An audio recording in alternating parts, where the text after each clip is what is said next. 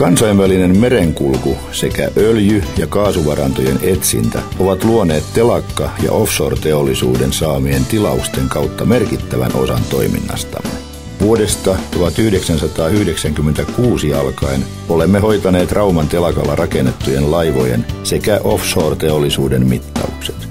Olemme suorittaneet myöskin Högakustenbron lähes 2-kilometrisen riippusillan kansilohkojen mittaukset Raumalla sekä niiden koonnin Ruotsissa Högakustenilla. Lisäksi olemme olleet mukana Turun Ukin työveneen, Mäntyluodon, Viipurin, Riigan ja Danskin telakoilla tekemässä keikkaluontoisia mittauksia.